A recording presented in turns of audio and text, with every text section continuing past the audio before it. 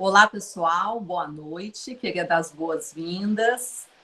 Para a gente, dia de encontro do Clube de Adorinha, sempre uma alegria e é de encher os olhos, né? Porque a nossa proposta para falar do Grande Sertão já faz tanto tempo, já está desde o começo do clube, e a gente tinha medo de que ninguém viesse, né? De que fosse, nossa, será que o pessoal vai ler? Porque a nossa primeira experiência com Guimarães Rosa no clube foi com Primeiras Histórias, e muita gente não leu, né? O pessoal até foi para o encontro para conversar, mas muitos não leram, acharam dificílimo. E a gente tinha esse medo, né? Nós esperamos o clube ter uma certa maturidade para colocar essa travessia aí como desafio. E para a gente estar no segundo encontro, né, com 27 pessoas aqui na sala, pessoas tão queridas, né? O professor Josiclésio, que foi aluno nosso aí no curso de letras, professor Isadora, Tainá, né? A Tainá é o nosso presente. Eu falo que foi minha aluna dupla, né? Da publicidade, depois foi aluna no curso de letras, Gustavo. Gente, não dá nem para citar, que eu vou passar vergonha se for citar o nome de todo mundo aqui, mas são pessoas muito especiais, muito queridas, ex-alunos, alunos, né? A Valquíria, que está em todos os encontros. Hoje a gente tem o professor também da Isadora, o professor Francis, que está aqui. E isso tudo só dá um frio na barriga nossa. Por quê? Porque é uma coisa que a gente sempre fala aqui no clube, né? Que o nosso clube, embora ele tenha nascido dentro de um curso de letras, dentro de né, de um ambiente acadêmico, a gente não quer dar esse olhar acadêmico para ele. Nós queremos que seja um lugar em que todo mundo possa ficar muito à vontade. E aí eu reitero isso para quem está aqui pela primeira vez, para quem veio conhecer. É um espaço que não tem certo e errado, não tem que ter vergonha de compartilhar suas ideias, de mostrar as dificuldades de leitura, porque é para ser mesmo um encontro, uma roda de conversa e algo que não tem essa formalidade acadêmica. Então, eu quero muito mesmo agradecer o envolvimento, o comprometimento, a curadoria, porque sem a curadoria, gente, não existiria esse clube, não teríamos as redes sociais. Então, assim, é um projeto mesmo feito em equipe e com muito amor. Bom, Tainá, você quer falar um pouquinho do clube para o pessoal, quem está vindo pela primeira vez, e para a gente não perder o costume, coloque aí no chat em qual cidade você está nesse momento.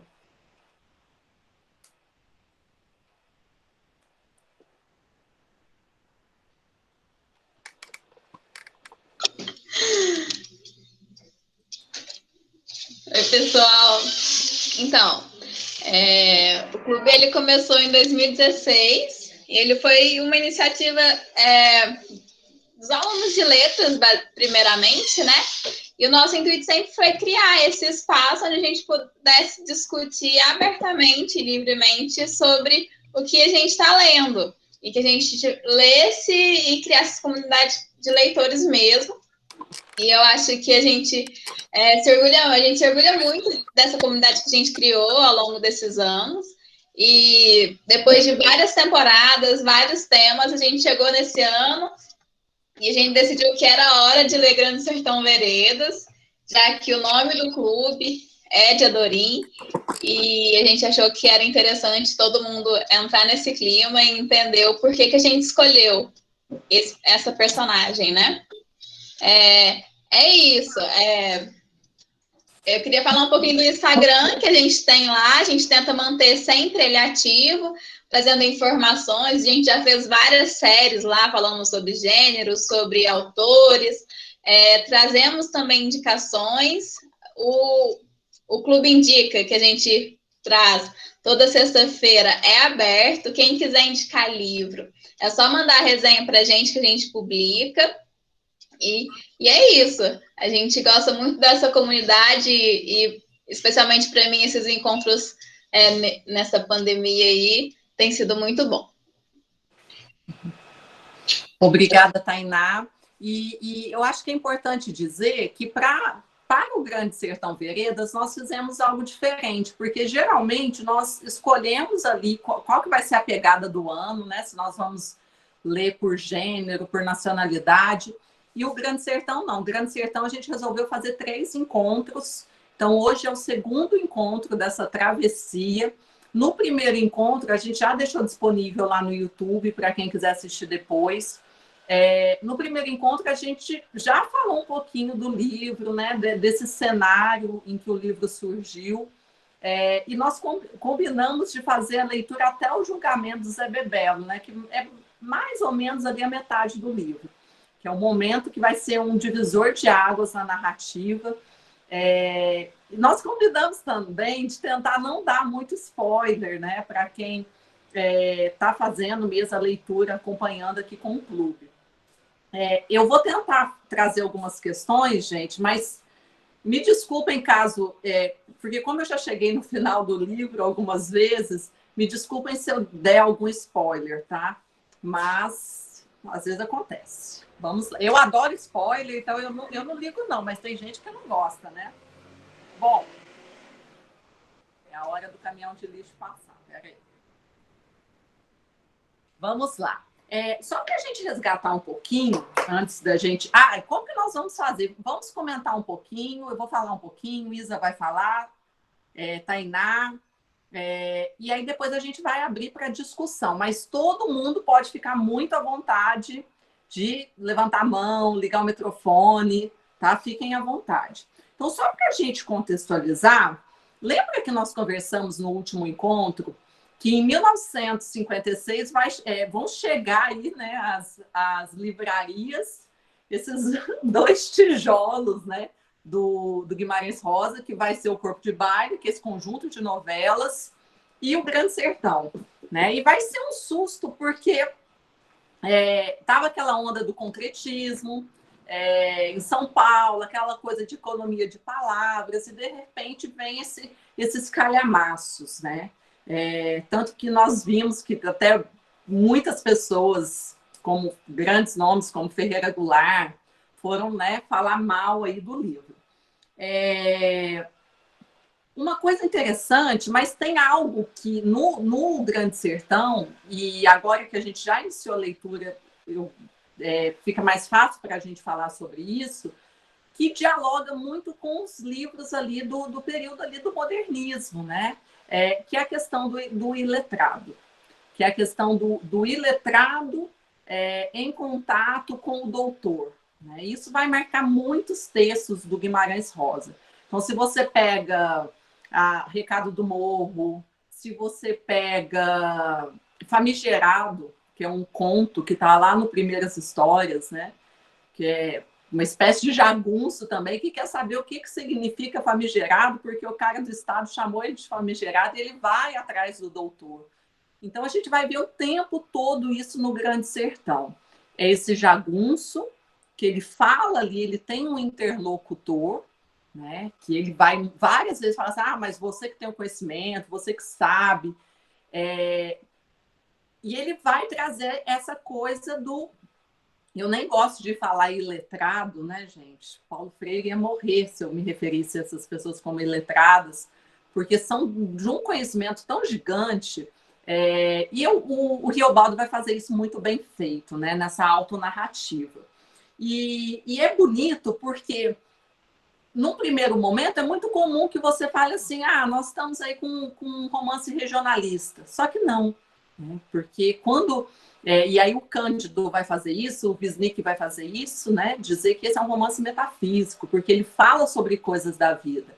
E aí você pega o sertão não é um pedacinho ali do norte de Minas, do sul da Bahia, de um cantinho de Goiás. O sertão é o mundo, o sertão é dentro da gente. Dá para sair grifando as frases lindas que o Riobaldo fala, né, sobre sertão. Sertão, esses seus vazios, né? Então, é um romance que vai falar sobre a vida. Dá vontade, a gente viu lá no grupo do WhatsApp, dá vontade de sair grifando tudo. E esse jagunço, gente, esse jagunço não é só o homem do interior, não é só o homem que está ali querendo guerra, querendo mulheres, né? Não é só esse sujeito, né? Esse jagunço é o homem humano. E aí eu vou usar essa expressão roseana, né? O homem humano. Esse jagunço, ele tem as suas dores, as suas delícias, ele tem as suas angústias, a dificuldade de contar as suas histórias, né? Então, a gente vai mesmo, quando você se coloca com muito cuidado com esse tipo de obra, você vai encontrar ali frases mundo, poderíamos dizer assim, que são frases muito fortes, né? Bom, mas não vou falar muito agora para passar para a Isa, para eu não atropelar a fala dela, e depois a gente vai abrindo aí o diálogo. Isa, vamos lá? Tem que compartilhar os slides, né? Esqueci. Pode compartilhar aí. Estava aqui fazendo umas pequenas anotações para não me perder. Vou esperar você transmitir aí. Sou péssima para passar slide, hein, Isa? Vai me avisando. Gente, só um recadinho importante aqui, ó. Essa atividade do clube é, para muitos que estão aqui, uma atividade acadêmica. Então, conta horas de atividades complementares, aquelas coiseiras todas que a gente tem na graduação. Então, é extremamente importante para nós que você, mesmo que você não seja acadêmico, que você se inscreva no nosso clube e que você sempre preencha a lista de presença que a gente passa no final para gerar depois os certificados. Tá? Eu já vou até colocar o link aqui, caso você ainda não tenha feito a inscrição no nosso clube. É só para a gente acompanhar mesmo, saber quem que está participando, quantas pessoas passaram por aqui.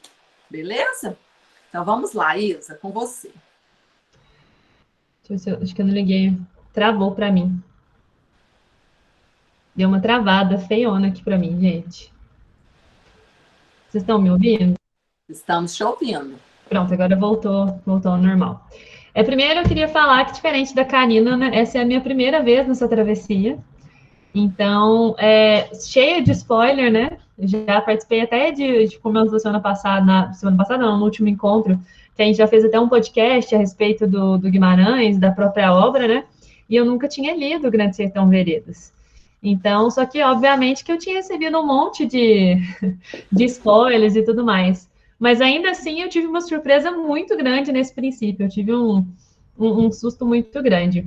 Então, eu sabia coisas, spoilers aleatórios sobre o livro, mas não sabia como que esse livro se apresentava.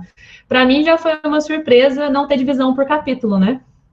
Na hora que eu peguei e vi o jeito que começava, e comecei a ler algumas páginas e percebi que estava permanecendo naquela linha, né, de um jagunço aposentado, velho, falando, né, tendo as memórias, e a gente sabe que quando a gente conta histórias baseadas nas nossas memórias, elas vão se confundindo, a gente fala coisa que está lá na frente, depois a gente volta, né? Eu pensei, vamos ver, né? O pessoal fala que a obra é dividida em partes, deixa eu ver, cadê a outra parte? E eu fiquei procurando lá os capítulos e não, né? O livro todo se apresenta dessa forma. E a história, ela começa com o Riobaldo, ele tem um interlocutor, ele já começa falando com esse interlocutor, começa no travessão, a gente não sabe quem que é, e ele é um jagunço, como eu falei, ele é velho, ele está lembrando aí da vida dele, e a partir dessas lembranças, não é nada cronológico, né? Ele vai falando da lá para frente, depois ele volta, né? Mas a partir dessas lembranças dele, a gente vai tendo algumas pistas sobre a história dele, né? É bem caótico esse início, mas eu gosto bastante.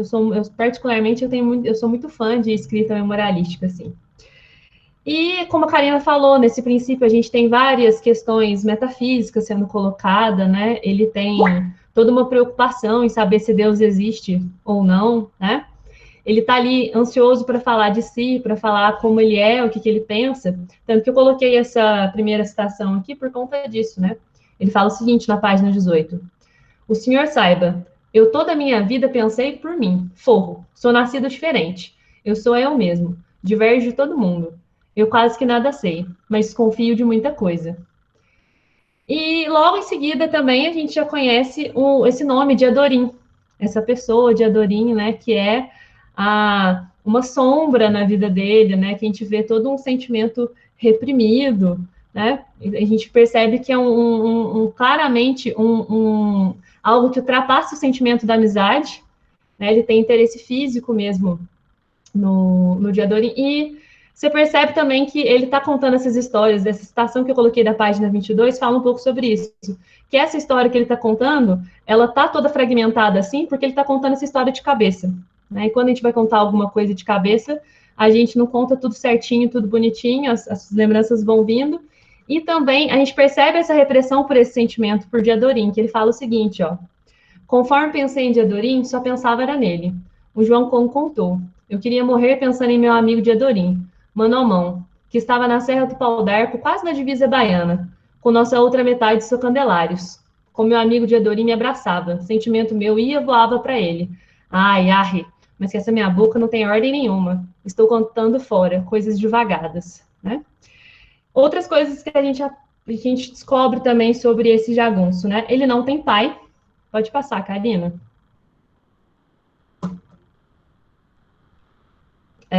Aqui eu coloquei uma citação muito bonita também sobre o Diadorim, né? Que ele fala que ele ama muito a esposa dele, ele ama a mulher dele auxiliou ele em muitas rezas, né? Essa parte da religião também nesse começo é muito ótima, né? Que ele acredita em todas as religiões e ele paga os outros para rezar para ele. É sensacional. Mas ele fala, né? Em Diadorim penso também, mas Diadorim é minha neblina. Isso é difícil a gente ler uma coisa tão bonita, né? E aqui embaixo até eu coloquei uma citação falando sobre essa questão da religião, né? A gente tinha comentado no encontro passado também que essa coisa de Deus existe, Deus não existe, permeia boa parte desse início da obra, e eu não sei mais adiante. E a gente tinha comentado no encontro passado como que é essa coisa, né? A existência de Deus pela existência do diabo, né? A existência do bem pela consciência do mal também. E a gente sabe que ele não pode passar, Karina. Como eu estava falando para vocês, eu estou divagando aqui, eu estou contando desencontrado. Ele descobre que ele não tem pai, e ele fala, né, como que isso é comum no sertão. Ele fala, né, que órfão de conhecência e de papéis legais é que a gente vê mais esses sertões. Homem viaja, arrancha, passa, muda de lugar e de mulher, algum filho é perdurado. Ele não tem pai, né? Ele também perde a mãe, né? E depois ele vai morar com o padrinho dele, o seu Lorico Mendes, e é lá com esse padrinho que ele vai conhecer, vai ouvir falar sobre o Joca Ramiro, né? E ele vive super bem lá com esse padrinho. O padrinho trata ele muito bem, depois a gente até tem uma pista aí do porquê que o padrinho trata ele tão bem, né? E ele, mesmo assim, decide ir embora, né? Ele fica ali, e aí ele vai embora, ele pede ajuda para um professor dele, e eu achei muito legal essa citação aqui, ó. Ele pega e inventa uma história para o mestre Lucas, e ele tá crente que o mestre Lucas não vai acreditar. E aí ele fala o seguinte, ó: dizendo o que disse, eu mesmo jurava que mestre Lucas não ia acreditar, mas acreditou até melhor. Sabe, senhor, por quê? Porque naquele dia, justo, ele estava remexido no meio de um assunto que preparava o desejo dele para ir me acreditar. E aí me lembra até a nossa situação atual, né? Às vezes a gente pega e fala assim, gente, como uma pessoa acreditou numa coisa dessas? Com esse monte aí de fake news, né, por exemplo? Você fala, mas não, aquilo que a gente acredita e não acredita, tem a ver com a nossa predisposição já de acreditar. Ele deu sorte, né? Mestre Lucas estava pronto para acreditar nele. E ele acreditou. E ele vai, o mestre Lucas encaminha ele e ele começa a ensinar para o Zé Bebelo. Ele vira professor do Zé Bebelo. Eu não vou esticar muito mais, não, gente. Foram essas coisas que eu anotei aqui mais do começo, que me chamaram a atenção. Tem mais, né? Porque a gente foi até o julgamento do Zé Bebelo. Chega só mais um para frente, Karina. Esse aqui já é seu, né? E aí vou deixar a Karina dar uma continuidade de vocês também para a gente abrir.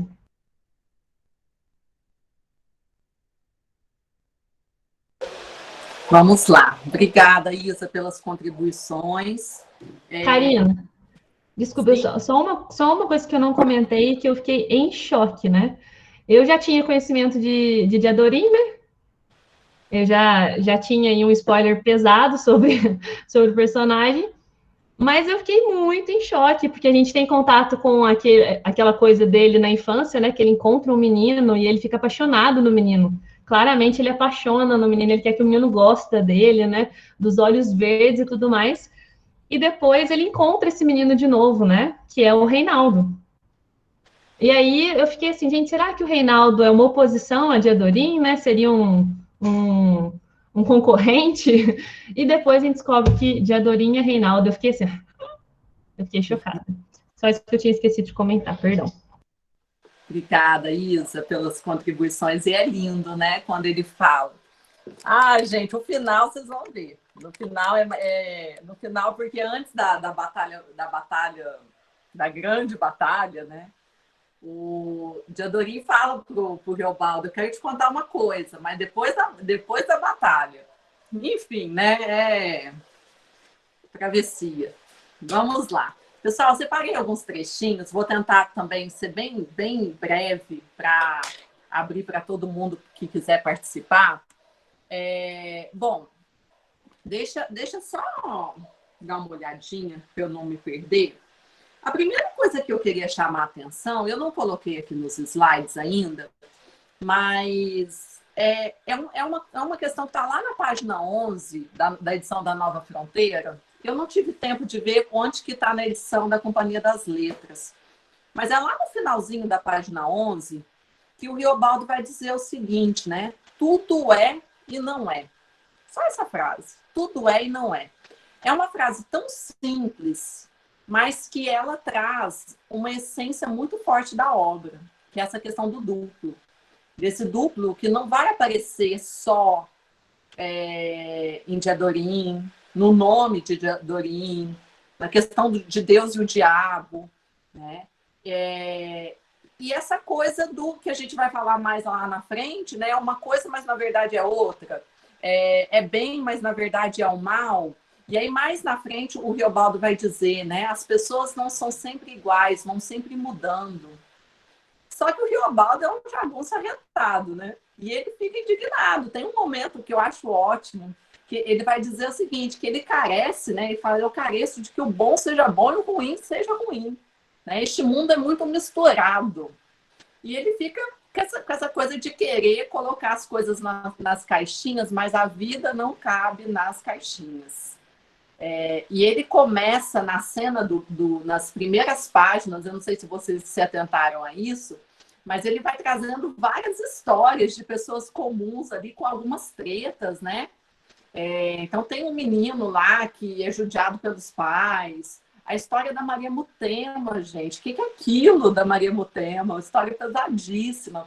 Então ele vai trazendo muitos causos ali, aquelas coisas contadas, né? Porque a gente vê muito isso aqui em Minas, para mostrar isso, que essa linha divisória, né? Que essa coisa de que uma coisa é, mas não que essa linha é muito tênue. Eu acho que basicamente é isso, né? Tudo é e não é. Este mundo é muito misturado. Isso vai perpassar, inclusive, o grande final da obra. Que a gente vai ver que é uma coisa que a gente acha que não é, mas é. Né? O Riobaldo é um jagunço, mas ele não é um jagunço. Não queria ser um jagunço. Ele é um jagunço, mas ele acaba com a jagunçagem. Ele fez ou não fez o pacto com o demônio, né? Ele fez ou não fez eles tentam atravessar o liso do Sussuarão, não conseguem, mas aí depois do pacto eles atravessam. Então, sim, é cheio de e não é ao longo da narrativa. Outra coisa que eu queria chamar a atenção, e cada vez que eu releio, estudo mais um pouquinho e converso com professores que conhecem mais a obra aí, a gente sempre aprende, né? Então, o Guimarães ele tem uma coisa legal de misturar algumas histórias, né? Eu não sei se eu falei isso na última aula, no último encontro, mas eu acho que eu falei lá na página 17 que aparece o seu Joãozinho Bem Bem. O seu Joãozinho Bem Bem é um grande personagem da Hora Vez de Augusto Matrago, que é um dos textos, para mim, um dos preferidos que eu tenho do Guimarães Rosa, que é fenomenal esse personagem lá nessa história do Sagarana, né? Bom, mas vamos lá, para eu não me perder aqui. Por que eu marquei a página 46? Ah, sim. Como eu trabalho também com disciplinas de língua portuguesa, e eu vejo que tem muitos alunos aí de língua portuguesa, eu queria que vocês ficassem atentos ao seguinte, a questão da sintaxe. Eu até parafraseei aqui na hora que eu fui ler, né, Mayakovsky, que o Mayakovsky fala, né, comigo a anatomia ficou louca, sou toda coração. E eu pensei muito nessa frase aqui do Riobaldo, que eu pensei assim, comigo a sintaxe ficou louca, eu sou toda coração. Porque, gente, olha que construção frasal louca, né? Lá na página 46 da edição da Nova Fronteira, ele diz o seguinte, ó, me faltou certeza para responder a ele o que eu estava achando. Ele aqui é o Diadorim, tá? Que vontade era de pôr meus dedos de leve, nos meigos olhos dele, ocultando, para não ter de tolerar de ver assim o chamado. Até que ponto esses olhos, sempre havendo aquela beleza verde, me adoecido, tão impossível. Olha essa sintaxe, né? E é a impossibilidade do dizer. Como é que ele explica essa paixão por um homem? E o Riobaldo, vocês vão ver que ele é muito debochado, né? Ele é muito engraçado, ele é irônico. E ele é muito assim, ele adora, né, um verde alecrim. O verde alecrim vai aparecer mais para frente, mas vocês vão ver que é um lugar espetacular, assim, o verde alecrim. Então, eles, ao longo da vida dele, quantas mulheres Riobaldo não teve, né? Em Orinhar, enfim, Otacília e outras que aparecem aí perdidas, né? Então, eu achei lindo isso, né? Quem é Bentinho descrevendo os olhos de Capitu diante de Riobaldo descrevendo os olhos de Diadorim? Né? Que eu acho isso muito bonito. Até que ponto esses olhos, sempre havendo aquela beleza verde, me adoecido, tão impossível. Então, próxima prova de sintaxe, viu, gente? Vou pedir para analisar sintaticamente esse trecho aí, ó. O povo ficar, para a anatomia ficar louca. Depois, seguindo a leitura, a gente tem a passagem do liso do Sussuarão, que é um trem muito doido, né? E a primeira vez que eu fiz a leitura do livro, eu não percebi que eles comeram gente. Eu não tinha captado. Depois, numa aula, uma professora comentou que eles pegam lá, eles acham que é um macaquinho, mas aí não acham um rabo. E aí eles comem o filho da mulher, né? Porque o liso do Sussuarão é essa travessia, esse lugar que as pessoas vão e não voltam, né? Que elas não conseguem atravessar. E aí eles vão com o Medeiro Vaz tentar fazer essa travessia, dá tudo errado, né? Na primeira vez. Esse trechinho aqui, eu adoro esse trecho, gente, porque mostra esse lado engraçado do Riobaldo. E eu sou fãzaça, para quem quiser, gente. Eu sou fã, mas eu não tenho muito senso crítico também, não, para cinema. Mas eu sou muito fã da série, da minissérie da Globo. Eu achei muito bem feita, e quem faz o Riobaldo é o Tony Ramos. E ele consegue trazer um pouco esse jeito engraçado do Riobaldo para a cena. Enfim, mas olha o trechinho, né? É o momento que ele encontra ali um gringo que ele já conhecia, e aí ele não consegue pronunciar o nome do gringo. Aí ele vai dizer, né? Ah, o senhor conheceu ele? Ô, titiquinha de mundo. E como é mesmo que um senhor fraseia? Né? Como é mesmo que o senhor chama? USP? Seu Emílio Uspes? Upsis? Vupsis? Ele tentando pronunciar o nome do rapaz. Pois esse Vups apareceu lá. Logo me reconheceu como me conhecia, do curralinho. Me reconheceu devagar, exatão, sujeito escovado. Me olhou, me disse, Folgo, o senhor está bom? O senhor está bom, que ele é gringo, né? Folgo. Eu gostei daquela saudação. Sempre gosto de tornar a encontrar em paz qualquer velha conhecença. Consoante a pessoa se ri, a gente se acha de voltar aos passados. Aí ele vai falar, né? Seu Vups, eu também folgo. O senhor também está bom? Ele tenta falar a linguagem ali do gringo, né? Eu achei isso um máximo. Esse jeito engraçado dele. E depois, mais para frente, vai aparecer ele tentando pronunciar ainda esse nome do Vups. Bom, não vou comentar aqui, gente, mas na leitura, a morte do Medeiro Vaz, né? O Medeiro Vaz foi um grande chefe da jagunçagem aí. vai voltar a aparecer o Medeiro Vaz na história. A morte dele é muito linda, né? Eu achei o trecho que descreve a morte bem lindo.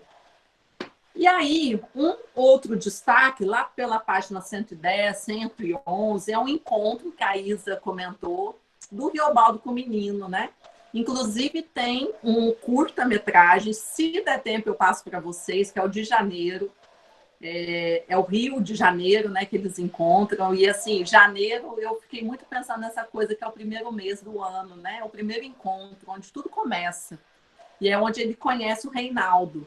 E essa passagem é linda, esse curta também é muito bonito. Se der tempo, eu vou passar para vocês. Mas a gente já falou, né, desse trechinho, que eu acho muito bonito isso, né? Aquele menino, como eu ia deslembrar, né? Como que eu ia esquecer aquele menino?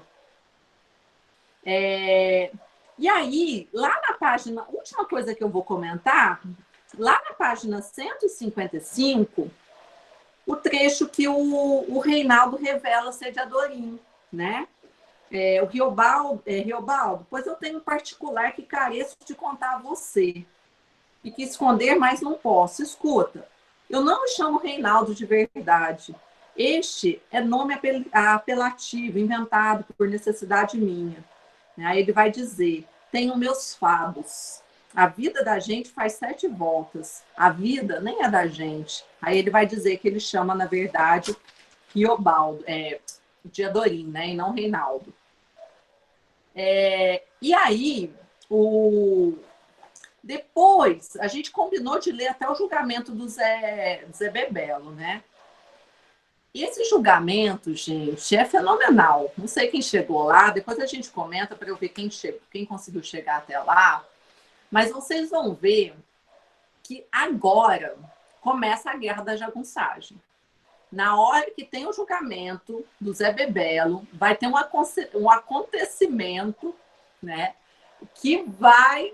E aí o Riobaldo, já dessa primeira metade, né, tentando nomear esse sentimento, essas lembranças, tudo isso que ele sente, ele vai contando algumas coisas muito misturadas.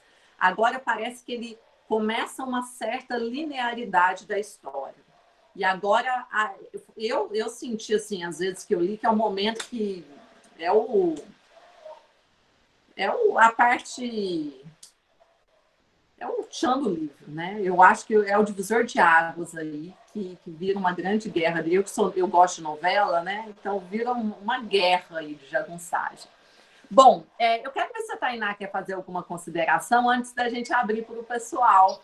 Então, agradeço aí, gente, pela paciência de ficar me ouvindo falar pelos cotovelos.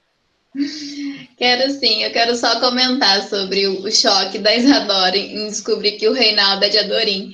Eu também já tinha um spoiler aí, mas eu acho que a construção foi muito bonita, assim, né? Porque ele começa falando de Adorim, aí quando vê muda para Reinaldo, aí quando vê aparece menino, e aí você não tem noção se ele está falando da mesma pessoa ou não, né?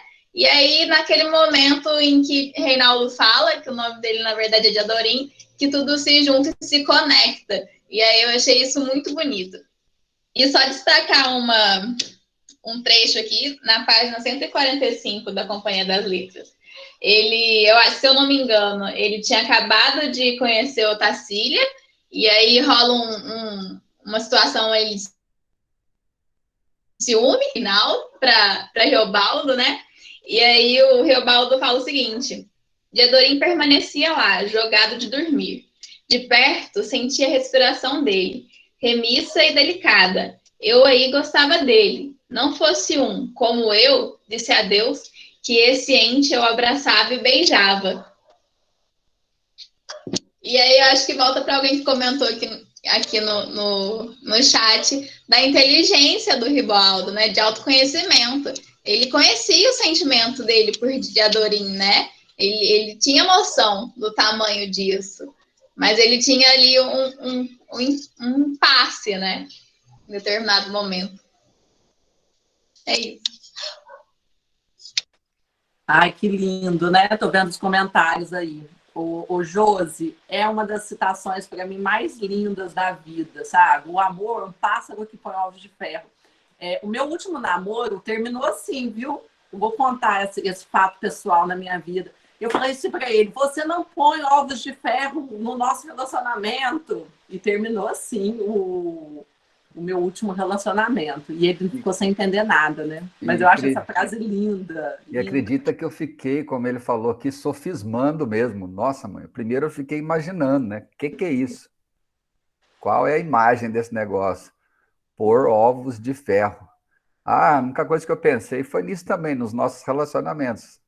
Olhei para meus 2 filhos aqui, pro casalzinho, e falei, nossa, isso é ovo de ferro, né? Aí depois eu fiquei sofismando também, eu falei assim, ovo de ferro é que nunca nasce, é que nunca cresce, o amor está sempre na esperança, na expectativa da vida, na expectativa de alguma coisa, mas esse ferro nunca choca, né? Eu falei assim, meu Deus, e aí? Eu preciso derreter ao ponto dele transformar aí em alguma outra coisa. Nossa, até agora eu estou meio sofismado. Eu já faço a leitura daquilo que é resistente, aquilo que é forte, né? Aquilo que não se deteriora. Eu fiz essa leitura, né? Eu fui por aí também. Eu compartilho dessa tua vivência. O meu relacionamento teve muita coisa que eu via de Grande Sertão. Eu terminei o relacionamento terminando o livro. Então eu fui marcando várias coisas que eu dizia, nossa, isso para o coração de um canceriano é muito pesado. Então eu atribuí essa questão do Ovos de Ferro com essa dualidade que ele faz no livro todo, de bem e mal, morte, vida, amor e ódio. Então eu pensava, é o pôr ovos, é uma coisa de geração de vida, é uma coisa tão delicada, filhotes, aquela questão que demanda proteção, delicadeza, mas ao mesmo tempo é uma coisa de ferro. E eu acho que é muito isso o amor, eu acho que o amor é isso, é uma coisa, é muito forte, mas também é muito delicado, ele é bom combatente, mas quando ele é combatido, é uma coisa tão, tão frágil, né? Então eu vejo muito sério isso, de um ovo de ferro, uma coisa muito delicada. Vem de um processo muito delicado, mas é uma coisa muito forte. Ai, gente, tem cada frase, né, que daria para a Nossa, gente ter encontros. Eu até postei lá no Instagram, né, que a Tainá pediu para a gente selecionar uma frase, que eu falei assim, nossa, me deu uma sensação assim, meio Brasil pandêmico, que foi aquele, assim, a colheita coletiva, mas o capinar é sozinho, né? Não sei se é bem assim. Eu acho tão bonito isso. Dá vontade de sair grifando tudo, né? Mas eu queria que vocês contassem agora. A gente fez um pouquinho aí de uma retrospectiva das nossas leituras, que vocês também contassem como é que foi essa travessia até o momento. Quem começa aí? Posso falar? Claro, Jô, rapidinho. sempre bem-vindo. Não, vamos lá. Eu ainda não consegui chegar no julgamento. Não cheguei. Como diz o Zé Bebelo, faltou vela para queimar, para escutar o nosso Riobaldo. Faltou acender vela aqui para que eu pudesse chegar, né? Estou quase lá. Aqui no Kindle, eu estou na página 140 do Kindle, tá? Falta pouco. E pelo que eu vi que é 200 alguma coisa. Estou quase chegando. Mas até agora está dando para compreender, né? Agora, eu tenho relacionado o seguinte, eu estou estudando teatro, né? E o Riobaldo, ele é um tremendo contador de história. É como se eu estivesse num palco, eu comecei a enxergá-lo num palco, e ele ali proferindo as histórias, ele é capaz de criar uma teatralidade imensa na nossa cabeça, sabe? Ele é fenomenal, mesmo que seja no vai e vem, na literatura de memória. Eu estou enxergando a obra como um grande teatro, sabe? E eu gostaria de indicar, se vocês me permitem, uma peça do Nilton Moreno. O nome da peça é Agreste. Eu a tenho em PDF. Se vocês permitirem, eu posto aqui depois, para no final de semana, ou numa respiração aí da leitura da obra, ler. E pelos comentários, a peça tem muito a ver com essa relação de Adorim e Reobaldo, sabe? Pelo que caminha. Pois eu escrevo aqui, mas eu li pela primeira vez, a semana passada, e falei com a professora que me indicou, eu terminei com água nos olhos, tá? Rasos d'água, em função de um relacionamento que é proposto. Que tipo de relacionamento? Um que supera todas as nossas expectativas, tal como eu estou prevendo, né, a possibilidade desse Reobaldo e de Adorim superar qualquer forma de amor que nós conheçamos até agora, né? Essa peça ela é pequenininha, depois eu passo para a turma, né? Se vocês quiserem poder dar uma olhadinha, eu acho que vale a pena, porque ela é maravilhosa e, pelo visto, vai de encontro com essa proposta que é do Grande Sertão também. Claro, com todo respeito, né? Porque o Grande Sertão ele é muito grande em significados, mas pode ajudar. Obrigada, viu, Josi, pelas contribuições. Eu até coloquei aí no chat também, que aí você vai mandar a peça para a gente, para o pessoal procurar pelo grupo de contadores lá de histórias do Miguelim, lá de Codisburgo. Porque às vezes a gente vai ler o Grande Sertão, acha que é um texto difícil, né, de falar, mas quando você entra ali no ritmo do texto, você vai ver que é o que o Josi falou mesmo, é muito teatral, né? A Valquíria também colocou, parece que é um vovô contando as suas histórias, as suas vivências. E o Guimarães ele faz isso com maestria, né? Ele enveredou aí antes de escrever esse texto. Ele tem o contato ali no próprio período dele da medicina, né? Visitando famílias no interior de Minas. Ele cresce na vendinha ali, no barzinho ali que o pai dele tinha, ouvindo histórias. Então, é uma pessoa que desde pequena vai ficar ali na beirada do trem, em Codisburgo, coletando essas histórias, né? E ele vai fazer isso com muita maestria. É Marçal que pronuncia? Marçal Justen Neto? É Marçal. Isso. Como que pronuncia, Marçal? Tá certo, é isso mesmo, Marçal. Só que às vezes não tenho esse cedilha, mas é isso mesmo. Você quer comentar isso aí que você postou no chat para nós? Eu comecei a seguir eles no Instagram, também não conheço e vi... ele tem no Instagram ele coloca alguns trechos, e eu assisti na semana passada, ele fez uma exibição, mas já não está mais disponível no YouTube. Eu acho que eles estão fazendo, né, a pandemia acabou prejudicando, né, o teatro, e eles estão fazendo algumas exibições da peça, algumas exibições online, mas não estão gravadas no YouTube. Eu acho que não ficou o registro, pelo menos quando eu voltei no link que eu assisti, acho que faz umas 2 semanas, não está mais lá. Mas se você seguir no Instagram ali, pode ser que ele divulgue uma outra apresentação. E tem uns trechos, assim, eu achei bem bacana, porque ele é difícil, né? Muito difícil adaptar a obra e em 2 horas, né? Contar a história inteira, mas para quem está lendo o livro, dá uma... Assim, você personifica o Reobaldo ali e vê a linguagem, e eu achei que ficou muito bem feita aí essa adaptação. Para quem não leu até o final, talvez tire um pouco a graça, né? Melhor esperar chegar mais no final e depois assistir, né?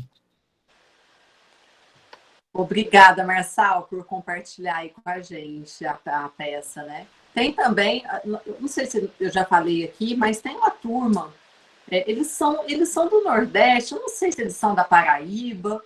Eu sei que quem me convidou foi uma pessoa de Campina Grande, e eles estão convidando várias pessoas do mundo, né? Nem é só do Brasil, porque eu já vi uma turma de Portugal, uma galera para ler o Grande Sertão inteirinho. Foi um projeto também que nasceu na quarentena. Tá aí, ó, o link, eu vou mandar para vocês. Lendo o GSV, né? Lendo o Grande Sertão Veredas, está bem bonito aí o projeto deles também. Ô, Karina. Boa noite. Eu queria falar, Karina, umas coisas, eu tenho tanta coisa anotada aqui, mas não quero ficar com vocês demais, não. Eu queria ir nessa onda aí do emocional, do romance, porque, principalmente para a galera que está lendo ainda, está pensando em parar, eu acho que não, né? Você está aqui porque não está pensando em parar, mas tem alguém aqui que está pensando em parar ou desistiu, Acho que esse lado emocional, porque é um romance que te dá uma recompensa, dá muito trabalho para ler mesmo, mas ele te dá uma recompensa enorme para quem chega no final. E esse final, ele é tão emocionante que a Isadora tocou isso aí. É um romance cheio de spoiler, desde quando saiu. A Globo tentou lá fazer a Bruna Lombardi mais andrógena, mas não tinha jeito, todo mundo sabia que era a Bruna Lombardi, e que ela estava fazendo o Reinaldo, e de Adorim e tal. Todo mundo assim, né? Já tinha ouvido falar. Isso lá nos anos 80. Mas é tão emocionante o final, porque quando a gente vai reler, eu já li umas 3 vezes, agora nessa pandemia, eu comecei a ler, parei na página 140, de novo. Mas quando eu fui ler a segunda vez, o meu é da Nova Fronteira, na página 165, tem esse trecho aqui, eu vou ler para vocês esse trecho aqui da 165, vamos ver se vocês se lembram. Ó, me lembro dele nessa hora, nesse dia tão remarcado, como foi que não tive um pressentimento? O Senhor pode imaginar haver um corpo claro e virgem de moça morta à mão, esfaqueado, tinto todo o seu sangue, e os lábios da boca descorados nos branqueios, os olhos de um determinado estilo meio abertos, meio fechados? E essa moça de quem o Senhor gostou, que era um destino, uma surda esperança em sua vida? Ah, de Adorim, e tantos anos já se passaram. Isso é na página 165. A gente lê muito despercebido, mesmo que eu li, não marcou isso aqui não.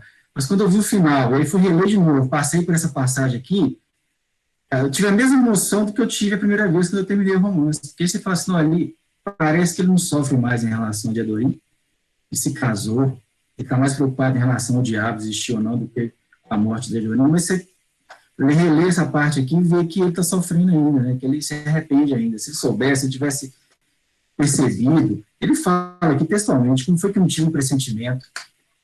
Ainda mais que ele... aí a gente não pode... não quero falar mais não, senão a gente dá spoiler do final mesmo, mas o final recompensa a gente bastante. Quando a gente relê de novo, vai percebendo isso. Olha, a Isadora falou no início também, que é bem chocante, tem essa coisa do fluxo de consciência, porque ele começa a história toda quando ele ouve um tiro, né? Eu acho que todo mundo aqui é estudante, é professor. Eu, por exemplo, quando eu vejo um livro, pode ser qualquer livro, na biblioteca, então, já me vem vários pensamentos. Imagina um cara que foi jagunço, escuta um tiro, ele está acostumado com tiro, mas aí, a partir daquele tiro ali, ele começa a lembrar da vida dele de jagunço, né? Outra coisa que é legal nessa primeira parte são as travessias de rios. Ele fala que o rio do coração dele é Urucuia, mas o grande rio de verdade que existe mesmo no sertão, é o São Francisco. E a gente percebe essa geografia do sertão, quando ele atravessa o São Francisco para o leste, ele é a parte tranquila, é quando ele consegue aproveitar as coisas, ficar de bem com o Diadorim e tudo. E quando ele atravessa para o oeste, vai para o Urucuia, é o lugar da guerra, é onde está o Hermógenes, é onde a coisa fica conflituosa. Essa geografia de travessia de São Francisco é legal perceber também. A Isadora adiantou também sobre o Celorico, eu acho que ele foge da fazenda quando ele descobre quem é o pai dele de verdade. Né? Ele descobre que o Celorico tinha, qual é a relação dele com o Celorico. Ele sai da fazenda, já queria ser jagunço, tem aquela cena inicial que ele encontra os jagunços na fazenda do Celorico, uma cena musical bonita, os barulhos que os cavalos fazem, a ferragem dos cavalos fazendo barulho, uma cena legal. Ele era criança ainda, ele fica marcado com aquilo ali.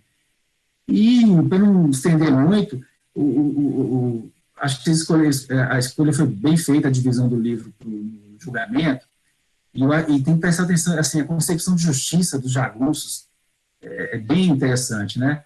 A gente acha umas análises do pessoal do direito sobre esse julgamento. Tem muita coisa do nosso julgamento aqui, atual, né?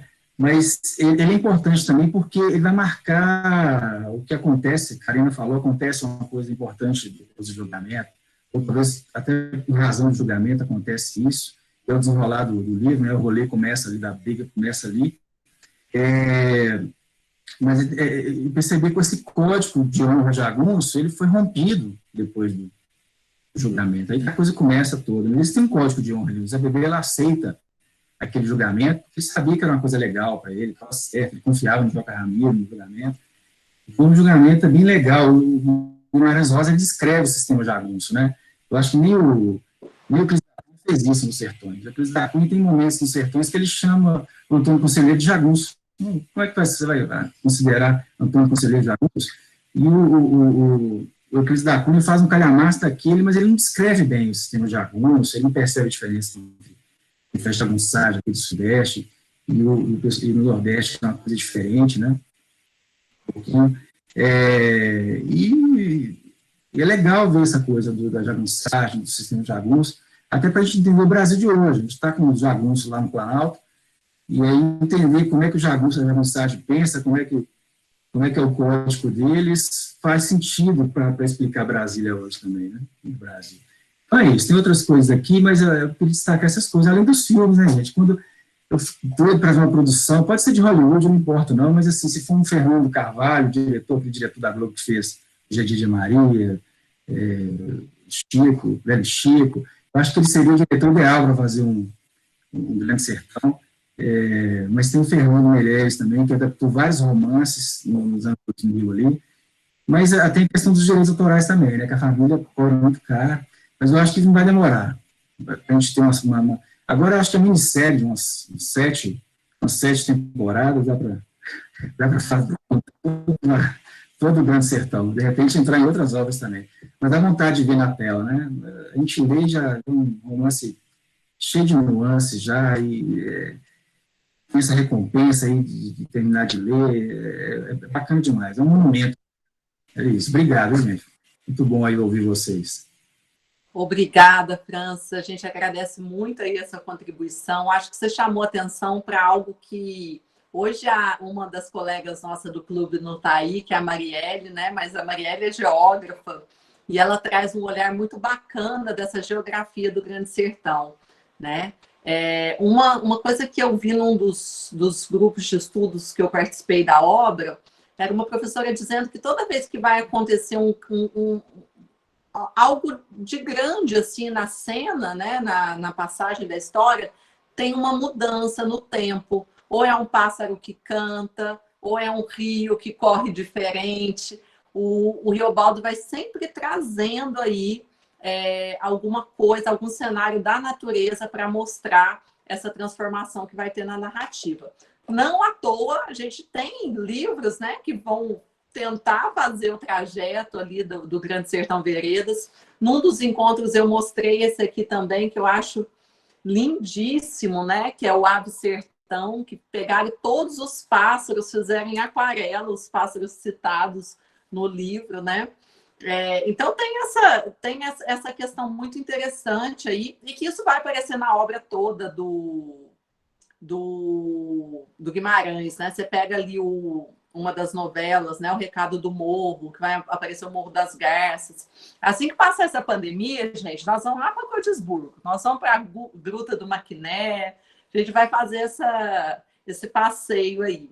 Outra coisa que o professor Francis colocou, que eu queria chamar a atenção, e eu acho que no próximo encontro a gente pode falar um pouco mais sobre isso, né? Sobre esse julgamento do Zé Bebelo, porque é muito bonito, né? E tem uma coisa assim, eu vi até um professor ali num dos vídeos da Academia Brasileira de Letras, eu nem gostei muito da palestra, mas ele compara com a questão do julgamento que a gente teve aí da Lava Jato, né? Mas uma coisa, aquela coisa de que o réu, né, ele passa a ditar como que tem que ser aquele julgamento ali, porque a gente está diante de dois grandes nomes, que é o Joca Ramiro, e o Joca Ramiro, vocês vão ver que é uma espécie de deus, né, do sertão. A minissérie da Globo vai fazer um Joca Ramiro muito bem feito, né? E o Zé Bebelo, ele representa o Estado. E aí, se a gente contextualizar, né, em 1956, a gente tinha ali o quê? Né? Inauguração de Brasília, aquela coisa da gente tentar, vamos colocar as pessoas no interior do Brasil, né? E o Zé Bebelo é aquele cara do Estado que está tentando acabar com a jagunçagem, mas ele acaba se tornando um deles, né? E esse julgamento é maravilhoso, porque dá para a gente ter uma aula sobre democracia, né? Porque o Joca Ramiro vai querer ouvir todo mundo, né? Aí vai ouvir o Hermógenes, vai ouvir o Zé Candelário, vai ouvir E o Riobaldo já conhecia o Zé Bebelo, né? E ele fica indignado, ele fica ali ensaiando como é que eu falo, como é que eu conto que ele é gente boa, que ele não mata a pessoa se não tiver motivo, não. Porque se tiver motivo, pode matar, tá, gente? Ele não mata a pessoa sem motivo, não. Então, assim, é uma cena... o professor Franz falou isso. Quem estiver pensando em desistir, eu dou um conselho. Vai até essa cena e anda mais 50 páginas. Porque vai virar uma novela, um novelão, assim, melhor que Big Brother, viu? Porque vai começar a Guerra dos Jagunços. E é muito, muito legal. E passa a ficar muito envolvente, porque tudo que ele diz antes, embaralhado, ele vai começar a explicar. Ele vai começar a explicar. Ele vai voltar várias coisas que ele já disse e vai colocar uma certa linearidade ali para contar essa história. Enfim, estou falando muito. Quem que é o próximo aí? Que eu passo a palavra. Só para completar, Karina, o Francis falou ali sobre comparação de Brasília. Tem um trechinho que a hora que eu li eu me senti na atualidade, que é este aqui, ó. Tudo naquele tempo, e de cada banda que eu fosse, eram pessoas matando e morrendo, vivendo numa fúria firme, numa certeza, e eu não pertencia a razão nenhuma, não guardava fé, nem fazia parte. Pronto, eu falei, é o que eu estou vivendo hoje, não tem base. Muito boa analogia aí, ô Josi. E aí, quem mais quer comentar? Vamos lá, William. Eu queria pegar uma partezinha que você falou, Karina, sobre isso de que sempre tem algo na natureza. Eu, como biólogo, não consigo não prestar atenção nesses detalhezinhos da questão da biodiversidade do romance, né? Que ele sempre acontece alguma coisa em relação à natureza e tudo mais, e aí a gente para pensar em como que é perfeita a escrita do Guimarães, que embora a história comece com o jagunço já mais velho contando a história, a gente percebe claramente a construção desse personagem, né? Vocês são de letras e entendem disso muito, muito melhor do que eu. Mas a gente percebe como que depois que acontece alguma coisa, o Riobaldo aprende algo e passa a se comportar de forma diferente nas outras ocasiões. Por isso que o encontro dele com o Diadorim, ainda o Reinaldo, né, no barco, no Rio de Janeiro, é tão importante. Porque ele foi colocado naquele barco, naquela canoa, né, pela mãe e tudo mais, então tinha toda aquela história de ir atrás do padrinho, então era uma coisa com muito medo, ele era jovem, era uma criança, e aí ele se depara com o Diadorim tão jovem também, mas que era uma coisa tão corajosa, né, tanto que ele pergunta para Diadorim, ele fala assim, você não tem medo não das coisas não? E Diadorim fala assim, não costumo ter medo, ou algo do tipo, né, tipo, não é sempre que eu tenho medo não, então ele aprende tudo isso, e Diadorim ensinando, né, carece de ter coragem, aí acontece isso e ele vai, e a mesma coisa acontece com a questão da natureza, como que ele foi criado nesse ambiente, mas talvez ele não tinha essa visão antes, tanto que depois ele fala sobre a questão que a delicadeza com que Diadorim via o mundo, o sertão e tudo mais, e que Riobaldo talvez não tivera isso antes, né, tanto que ele fala, quem me ensinou a apreciar essas belezas sem dono foi Diadorim. Então, Diadorim, ele muda até o jeito como o Riobaldo olhava para aquelas coisas, né? Ele passou a dar uma atenção maior aos pássaros, né? Quando pergunta qual é o pássaro preferido do Diadorim, ele fala que é o Manuelzinho da Croa. Aquela passagem é linda demais. E ele vai falando esses detalhes e a gente pegando como que acontece alguma coisa. Vocês vão ver, né, que depois do julgamento, ele já tem uma outra abordagem. Depois do pacto, que a gente não sabe se foi pacto, não sabe se rolou, não sabe se não rolou, também ele já tem uma outra abordagem, ele já ganha uma outra cara, o Riobaldo, né? Em relação a isso, a coragem, a medo, a percepção que ele tem para o Diadorim, como que aos poucos, né, vai se clareando, né, como que a neblina vai se clareando, se bem que tem hora que parece que vai ficando mais complexo ainda, parece que cada vez ele sabe menos. Enfim, é espetacular. É isso que eu queria falar, gente. Obrigada, William. Adoro as considerações que você faz, né? E é lindo mesmo a parte dos pássaros. Eu acho muito bonito. E várias cenas, né? O Riobaldo vai falar isso para Diadorim, né? Que o Diadorim que ensinou ele a ver as belezas da natureza. É muito bonito isso. Lindo. E aí, pessoal? Mais alguma consideração? Como é que tá? Karina, eu estava conversando com você antes da gente abrir o encontro, né? A gente estava debatendo, né, que citações que a gente ia colocar aqui para apresentar e tudo mais. E, gente, eu nunca gastei tanto marca-texto e tanto post-it na minha vida. Eu agradeço imensamente a Tainá, porque eu já falei isso várias vezes nos encontros, mas a Tainá me ensinou a partir o post-it no meio. Então, eu devo, assim, boa parte das minhas economias a Tainá. E, gente, tudo é tão bonito, é tão lindo, né? E aí eu fui fazer uma divisão, porque isso aqui é só do começo, né? E eu fui fazer uma divisão. E eu cismei de contar todas as vezes que aparece a frase viver é muito perigoso. E aí eu coloquei aqui de uma cor, aí as vezes que aparece de Adorinha eu coloquei de outra, algumas passagens importantes em questão de enredo eu coloquei de outra cor. Eu estou me sentindo assim, hiper organizada. Por isso que a leitura já não é fácil pela questão da sintaxe, como a Karina falou mesmo, é diferente, não é uma... Eu lembro que a gente foi ler ano passado Campo Geral, né, para os livros da FUVEST, para o projeto, e o livro é dessa figurinha. Eu falei, 15 minutos eu sento e leio isso aí, que é isso? Não, depois eu leio. Chegou ali alguns dias antes do encontro, eu falei, gente, que não é tão fluido de ser lido, né? Demora um pouco. Mas o que eu queria comentar com vocês, que eu não tinha comentado, né? Que eu tinha falado, que eu fiquei muito surpresa com o fato de Reinaldo ser de Adorim. Eu pensei que o Reinaldo seria um outro amor, de uma outra fase, que de Adorim seria... Jamais imaginei que seria da mesma pessoa, né? E na página 135, na edição da Companhia das Letras, tem a parte que o Diadorim descobre que o Riobaldo descobre que o Diadorim já teve um outro amigo que ele sofreu muito, que ele perdeu, que chamava Leopoldo. E, gente, eu falei, Riobaldo é super gente como a gente, né? Que ele vem e pergunta assim para ele, como quem não quer nada, né? Diadorim, então... Quem que foi esse moço Leopoldo que morreu, seu amigo? E eu achei isso demais, que eu adoro quando eu tô lendo alguma coisa e falo assim, é isso, gente. A gente às vezes não quer perguntar de verdade, né? A gente vai, e aquele fulano? Conta mais.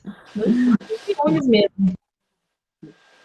E Diadorim é super ciumento, né? Ele vai...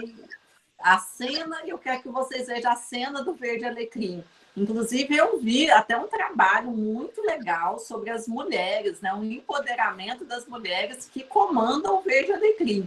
Eu tinha um projeto uma vez, né? Às vezes me passa uma loucura na cabeça de abrir um negócio, né? E aí eu pensava em abrir algum lugar, assim, meio um café, livraria, alguma coisa, depois eu vou colocar o nome de Verde Alecrim, vamos ver quem que vai captar. Eu acho o nome maravilhoso, né? Mas, na verdade, era uma espécie de bordel. Só que não é só bordel, gente. Lá as mulheres são muito empoderadas. Muito bom. Pois é, muita gente acusa o Maranzola de ser isento, não, tem várias coisas, tem várias... A própria opção de fazer essa relação entre o Riobaldo e o Reinaldo já era uma coisa bem avançada para a época, né? Foi isso que ninguém teve coragem de fazer até os anos 50. Esse rapaz que eles devoram aí no início, o Jagunço mata ele achando que ele é um macaco que estava na árvore. A mãe chega e fala que ele tinha problema de cabeça, né? Eles até recompensam a mãe com dinheiro e tudo, mas é uma cena para você ver como que era pobre o sertão. E outros momentos que ele fala da pobreza também. Agora, gente, eu queria falar desse pacto com o diabo. É o grande pacto assim, da literatura brasileira, sabe? Não é o pacto faustico da literatura brasileira, porque o problema não é o cara fazer o pacto com o diabo, ele fazer e não saber se deu certo ou se não deu, a dúvida é o problema. Ele fez, ele fica assim, não tive resposta nenhuma, será que eu fiz ou não fiz? Será que o diabo vai me cobrar ainda esse pacto? Então, é diferente dos outros pactos que a gente vê na literatura, que tem uma reação, o cara tem certeza que aquilo aconteceu. Agora, ele cria um pacto diferente nesse sentido, o cara fica com dúvida se realmente teve pacto. Parece que teve porque ele conseguiu as coisas que ele queria, mas ao mesmo tempo não, talvez alguém chegasse para não, a perda que foi no final, não, o pacto não foi feito, a perda, ou já foi cobrado, né? O pacto aconteceu, você conseguiu as coisas que você queria, e a perda que você teve no final já foi o preço que você tinha que pagar por causa do pacto, né? Então, e outra coisa, Isadora, a gente descobre aí que o Reinaldo é de Adori, ou aliás, o menino do Rio é o Reinaldo, mas também outra recompensa é chegar no final e ver por que Diadorim se vestia de mulher, né, no bando. Também é uma coisa legal também. E essa é o tudo é e não é, né, o Francis? O Grande Sertão Veredas, né? A oposição já está no título mesmo. O próprio Guimarães aparece na entrevista, né, naquela entrevista rara dele, dizendo que é o Fausto, né, o Fausto do sertão, essa coisa do pacto. Mas eu acho que as palavras finais são bem fortes, assim, né, quando ele vai dizer o que existe é o homem humano. É muito lindo aquele final, um dos finais mais lindos da literatura, né? Sim. Tem muita coisa bacana, viu? Merece ser lido mesmo. A gente vai lembrando. A Mari entrou? A Mari, eu tinha visto a Mari aí. Cadê a Mari? Eu entrei, sim, estou aqui. Você foi citada, Marielle. Aqui eu de vista geográfica. Desculpa o atraso, eu estava em outro curso, até falei com a Isa, eu sou mais cursista que tem, né? Minha cabeça já está bugando de tanto curso, tanta capacitação. O que vocês falaram aí? Deixa eu ver se eu posso. Tem uma geógrafa no grupo. Você conseguiu, você releu, você quer comentar alguma coisa, Mari? A gente foi até o julgamento do Zé Bebelo. Então, deixa eu dar meu depoimento. Está na cabeceira da minha cama, mas eu parei, eu acho que na... Peraí que eu vou pegar, calma aí.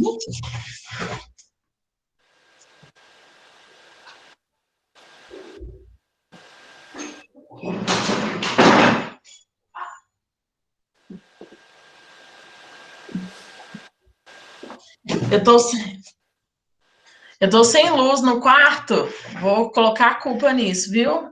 Não tem a mulher que mora sozinha, né? Não tem ninguém para trocar a luz no meu quarto. É culpa disso, por isso que eu não tô lendo. Eu parei na página 63. É até qual? Na edição da Nova Fronteira é 285. Ave Maria, eu tô atrasadíssima. Essa da Mari é 207. 207? Eu não vou, como diz aquela atriz brasileira, não vou poder opinar hoje. Mas deixa eu contar uma descoberta minha. Eu fui na igreja onde, né, Riobaldo se declara pediadorim. E eu não sabia que eu já tinha ido, né? Eu descobri relendo o livro, observei, que coisa. Quando ele descobre que era apaixonado por ela, né? Que ele tem uma confusão mental. Como que ele apaixona por outro homem, né? E aí ele fala que quando ele descobre que era apaixonado, ele fala numa igreja de pedras que fica... Opa! Não posso falar não, né? Já falou. E que fica entre Pirapora e Várzea da Palma. E é uma igreja, gente, que é um enigma, assim. Ela foi construída com pedras de cantareira, né? O que acontece? Eu já li o livro, então eu sei as narrativas. E o que acontece? Eu fico indo e voltando. Eu faço uma confusão nesse livro. Eu leio lá na frente, que eu fico ansiosa para os negócios acontecerem, e aí depois eu volto. E aí eu reli essa parte da igreja, e aí eu descobri que naquela igreja, foi aquela igreja que é citada, né? E eu fui em 2009, eu acho, na igreja. E é um negócio muito estranho, porque uma gameleira cresceu em torno da igreja e parece dois corpos se abraçando. Eu até arrepio de eu falar um trem desse, porque parece duas pessoas nessa igreja. É uma igreja de pedras do período das entradas e das bandeiras, então, dos bandeirantes, foi construída nos primeiros povoamentos do Brasil, do interior do Brasil, né? perto do Rio São Francisco. Então, ali no Rio, é na beira do Rio São Francisco, encontro do Rio das Velhas com São Francisco. E aí, a igreja ficou com essa árvore, né? Essa gameleira incrustada. E na beira do Rio São Francisco ali, né? Que várias vezes vai aparecer no livro. Detalhe. Falando geograficamente, muda muito as paisagens do livro e os sentimentos das pessoas são expressos nas paisagens. Então, quando tá no cangaço forte, quando tem na guerra, a paisagem fica mais seca, vermelha, né? Não sei se vocês repararam isso. Quando dá uma calmaria, a paisagem fica mais turbulinda, né? Como diz ele. Tem atenção, mas está bonita a paisagem. Ele fala muito da paisagem do Cerrado, dos buritis, das veredas, né? Descreve muito essas paisagens. Eu assisti a peça já, Grande Sertão Veredas. Marielle. Oi? E mostra muitas Não, paisagens. aproveita que você falou de geografia, é porque eu tinha falado sobre São Francisco, Urucu e as travessias de São Francisco, com que a paz no oeste, e aí as guerras no oeste, isso está bem marcado, né, no romance também, essas travessias do Rio, e como ele era a região do fight mesmo. Engraçado, né? Esse Brasil profundo, né, que é mostrado no livro, o sertão, o interior, é muito marcado por esses rios, né? A margem direita, a margem esquerda do São Francisco é muito marcado, marca muito a paisagem, que é uma paisagem seca, né? Uma paisagem, é um cerrado, a gente fala que é quase uma transição para Caatinga. O cerrado com fisionomia da Caatinga. Então, tem períodos, eu sou lá do norte de Minas, né? Então, tem períodos que a vegetação está seca, com galhos parecendo uma caatinga mesmo. Então, os rios marcam muito a paisagem. E eu acho que no livro ele deixa isso muito claro. Ô, Mari, o liso do Sussuarão, você sabe se existe? Não pesquisei. Ele fala... Se na realidade se ele existe... Isso, é esse período bem de seca, né? Que eles vão atravessar. Sim, a gente não chama esse período com esse nome, não. Mas a gente fala da mata seca. A gente usa muito o termo mata seca. A mata tá no período da mata seca. E muda muito a paisagem. E, assim, é bem típico do Cerrado. Tá muito seco. Aí deu uma chuvinha. Agora, no inverno, lá chove, né? É bem diferente, assim. Às vezes chove no inverno. Finalzinho de março, abril. E aí a paisagem floreia, parecendo que transbordou de água, né? Uma paisagem adaptada à seca. E aí estava muito seco e depois fica uma paisagem verde. Chega a ser bem assustador. Aqui cita, na página 160, né, Montes Claros. A morte do Garoço e do Montes Clarense. Eu não devia nenhum dolo. Cita Montes Claros, que é a maior cidade ali da região. Mari, você falou sobre a questão dos rios, não tenho como não lembrar, já que vocês no clube já leram primeiras histórias, então eu posso falar, né? Não tem como não falar, você falou a margem direita e a margem esquerda, e como a gente está aqui falando de Luan Guimarães Rosa, não tem como falar da outra margem, né? Já que ele nos ensinou que todo rio tem... Com certeza. Inclusive tem um trecho de Grande Sertão que eu pensei na hora sobre a terceira margem do rio, na página 33 da Companhia das Letras, da Nova Fronteira, mas essa aqui, é a mais antiguinha. Quando ele fala: assaz, o senhor sabe, a gente quer passar um rio a nado e passa, mas vai dar na outra banda é num ponto muito mais embaixo, bem diverso do que o primeiro se pensou. Viver não é nem muito perigoso? Então, tem coisas que ele fala, você, quando você entende, já leu outras coisas dele, você enxerga muita coisa. Dá para ver Minguilim, às vezes, dá para ver Terceira Margem, nossa, parece que é uma coisa só, né? Então, eu não sei se vocês já viram, mas tem gente que fala que Grande Sertão poderia ser uma parte de Corpo de Baile. Eu não sei até que ponto isso poderia... não sei se vocês já ouviram essa discussão, eu já vi uns comentários acerca disso. Eu acredito que sim, viu, William? Até por conta desses cruzamentos de narrativa que ele faz, né? Porque quando você pega o Corpo de Baile, o Corpo de Baile parece em novelas independentes, mas tem uma relação entre elas, né? Começa com Miguelim, que é a criança, a vida na perspectiva de uma criança, e termina com Buritis, né, que é o Miguel, que é o Miguelim grande. Então, ele tem essas coisas, né? Igual eu disse que o Joãozinho Bem, que aparece no Grande Sertão, ele não está no Corpo de Baile, ele está no Sagarana. Então, dizem aí que o Guimarães tinha uma arvorezinha genealógica das relações que ele construía ali entre os personagens, né? Mas você falou isso do Rio... Eu lembrei, eu acho que ficou tão bonita aquela música do Milton e do Caetano, né? O Rio, viu, vi, né? O Rio, ri.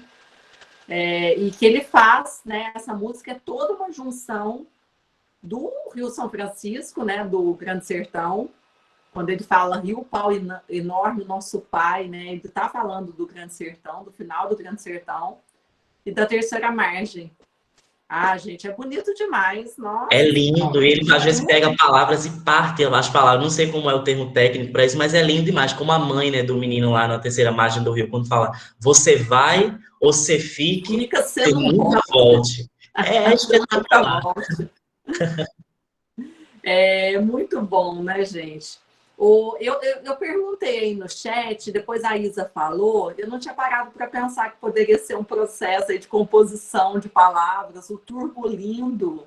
Então, seria a mistura de turbulência e de muito bonito, tudo lindo, é isso mesmo? Foi a mais pesquisar, depois eu não pesquisei. Quando ela perguntou que o turbolindo, né, acho que é isso, é um sentimento, ele fala, acho que liga muito ao sentimento. Ele é tudo turbulento, uma confusão mental, mas é bonito o amor que ele sente. Mas ele fica entre a razão e o coração, sabe? Olha eu viajando. Lindo, né? Mas a gente já viajou aqui também. Pessoal que gosta da Terceira Margem, ai, gente, está meio estourado a minha câmera. Mas eu não sei se vocês conhecem esse livro aqui do Odilon Moraes, chama Rosa. Ele é todo inspirado na Terceira Margem do Rio. E o Odilon, eu mostrei para as crianças não gostam não, viu, gente? Porque o Odilon é isso aqui, ó. Para mim é o maior ilustrador hoje, um dos maiores do mundo, né? O melhor do Brasil, sem dúvidas. Eu falo que o Odilon Moraes é o Tim Burton nacional, porque ele é doce, mas ele é macabro. Então parece assim umas coisas meio macabras, tá vendo? Uns rabiscos. E ele conta a Terceira Margem do Rio. É lindo esse livro, Rosa, do Odilon Moraes. Gente, esse livro concorreu algum prêmio? Concorreu, Karina, de livro infantil? Ou ele ganhou? Não sei se eu estou inventando. Já vou usar a frase lá do Augusto Matralho. Tudo inventado sem mentira nenhuma. Mas eu acho que ele ganhou o Jabuti. Acho. Pode ser que seja mentira. Vai sair uma nova edição de Grande Sertão Veredas em graphic novels. Eu não sei se vocês viram, tá para sair. Por qual editora, William? Eu esqueci a editora, mas eu tirei o print até no Instagram, posso mandar no grupo. Inclusive, a Companhia das Letras vai lançar agora, em abril, uma edição menorzinha, né, de bolso, de Grande Sertão. A capa ficou linda também. Eu vi. Não dá para fazer aquela edição de mais de R$1.000, né, que a companhia fez, sabe, as bordadeiras. Aí não rola. Inclusive, eu fico com uma dúvida, vocês sabem sobre a capa que a gente tem da Companhia das Letras. O pessoal fala que é o fundo, como é? É o avesso do manto da Anunciação, é isso? Qual edição, da companhia? Isso, é o fundo do manto de alguma coisa que tem. Eu não entendo qual que é a relação disso com... São todos os nomes dos personagens, né? Sim, sim. Bordados numa Eu sei que manta. eles pegaram as bordadeiras, né? Mas eu não sei muito a história Não, da capa, não. essa estampa com esses nomes é o fundo de uma roupa, de um jagunço, algo do tipo assim, que tem, e tem até no museu lá que ele fica, é de um manto antigo que as pessoas usavam, eu só não lembro o nome todo, depois eu posso mandar lá no grupo, mas tem todo um fundamento por trás disso, sabe? E ficou maravilhoso. Ficou parecendo vários riozinhos mesmo, né, com os nomes do pessoal. É linda a capa, né? Eu não sei, não conheço a história, Will. Vou pesquisar, gostei. Queridos, é isso. Alguém quer fazer mais alguma consideração? Marçal, como é que você ficou sabendo do clube? Estou curiosa aí. Pelo Instagram também. Acho que foi pelo Instagram. Eu comecei a ler... Eu li no ano passado o livro, e aí fiquei meio maluco, assim, obcecado. Eu sou advogado, não tem nada a ver com a área de letras, nem por isso eu me senti à vontade quando você falou que não tinha nada acadêmico, assim, então eu acho que daí nessa pandemia eu retomei a literatura, assim, que estava meio abandonada, e aí comecei a ler O Grande Sertão, meio caí de paraquedas, assim, um amigo me recomendou, comecei a ler, tive muita dificuldade na primeira leitura que eu fiz no ano passado, e aí agora estou lendo pela segunda vez. Então eu li no começo da pandemia, em março do ano passado, eu li março, abril, li a primeira vez, agora estou lendo a segunda vez e agora fiquei meio obcecado. Eu estou fazendo um curso de leitura acompanhada, aí comecei a pesquisar as coisas no Instagram para ver o que eu achava, e daí vi o clube, vi o nome, daí falei, opa, acho que vou entrar nesse grupo também, porque eu acho muito rico do livro esse compartilhamento, né, que cada coisa que eu ouvi aqui, puxa, tinha lido e não tinha percebido, né, isso que o Francis falou também, né, que né, já está lendo, acho que é a terceira vez. Nessa segunda leitura tem muita coisa que tinha me passado despercebido da primeira vez, assim, que, puxa vida, principalmente essa primeira parte do livro, que você vai lendo meio, esse meu amigo tinha falado assim, ó, as primeiras 80 páginas são difíceis da edição da Companhia das Letras, a primeira... Aguente pelo menos os primeiros 80... Eu li 30 páginas e falei pra ele, vou desistir, chega, não entendi nada. Ele falou, não, vai por mim que eu garanto.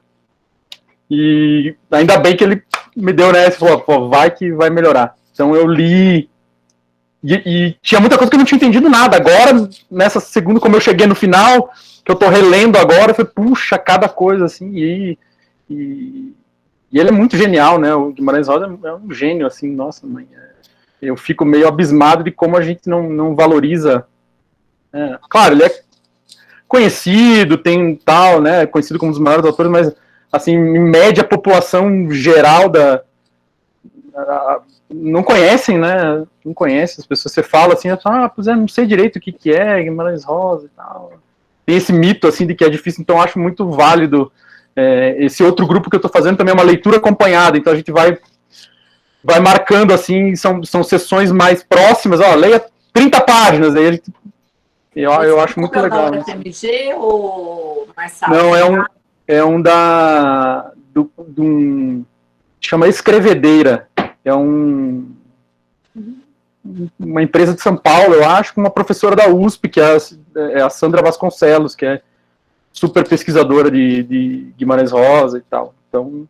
E tem muita coisa. Está fazendo também do espaço do conhecimento, né? Tem muita coisa de análise, né? Assim, poxa, eu fico meio assim, eu leio os textos, assim, os exames, né? Artigos sobre o livro, sobre passagens do livro. Aí tem, acho que um trecho aqui que a gente falou meio de passagem, que é a canção de Ciruís, né? O Francis comentou ali naquele momento em que ele vê primeiro, né? Que ele se encanta como lá na fazenda do seu Eurico Mendes, quando chegam os jagunços, ele se encanta, e tem essa canção aí, que é um negócio assim, tem 1001 interpretações, tem gente que diz que essa canção é o resumo do livro, que cada estrofe ali você pode destrinchar o livro inteiro, é meio jarrado, assim, né, mas cada palavra explica o significado de várias passagens do livro. Então, assim, eu acho que esse é um livro para ler e reler e compartilhar. e que bom que tem aqui, né? Eu fico lá, minha esposa não leu, eu fico querendo comentar com ela. Eu falo, pô, veja isso daqui e tal. Ela, pô. Assim, eu quero conversar com alguém, eu quero dizer, pô, veja como esse cara é genial, como ele pensou. Esse negócio da geografia, que ele. Tem gente que discute se existe, não existe. Eu acho que existe tudo. Eu acho que esse cara não dá ponto sem nó. E, cara, além da dimensão, né, outras dimensões, né, o livro do Sussurão tem uma dimensão metafísica, não é só aquele lugar físico, mas eu acho que existe, eu acho que ele não inventou nada ali, e o que deixa mais genial, né, toda a trajetória que eles fazem guarda uma relação com a realidade. Então, assim... Ô, Marçal, você imagina o trabalho para criar esse tanto de nome de personagem, né? Nossa, tem história, né, que ele andava com um caderninho, assim, né, que ele anotava todas as coisas, que ele... nome de bicho, de planta, de pessoas, ele ia anotando, assim, então... Um personagem que me intriga, como é que ele chegou no nome, assim, o Fafafa, lembra do Fafafa, que adorava cavalo? Amava cavalos. Nossa, é bem chocante com o Fafafa e os cavalos, mas é na segunda parte, vocês vão ver. Eu acho assim também, acho que a Isadora ou a Marielle leram ali um trecho que ele fala do Monte, acho que é a Marielle, né, do Montes Clarence, que também eu fico pensando, ele criou tantos personagens, tantos nomes e tal, esse aí ele não deu nome. Por que será que ele não deu nome? O próprio Riobaldo fala, né, esse Jagunço eu não me lembro o nome dele. Pô, ele lembra o nome de todo mundo, ele lembra tudo, e ele fala, esse eu não me lembro o nome, que foi um cara que ele escolheu para ir com ele, junto com Hermógenes, e esse cara morreu. Eu não sei, ele talvez tenha se sentido culpado da morte desse cara, mas ele falou, não, esse daí eu não me lembro o nome. Pô, ele lembra do nome dos caras mais, assim, então, assim, eu acho que tudo tem um significado, e a gente vai lá cavocando para ver se acha, né? Acho que essa é a riqueza do livro também, a gente...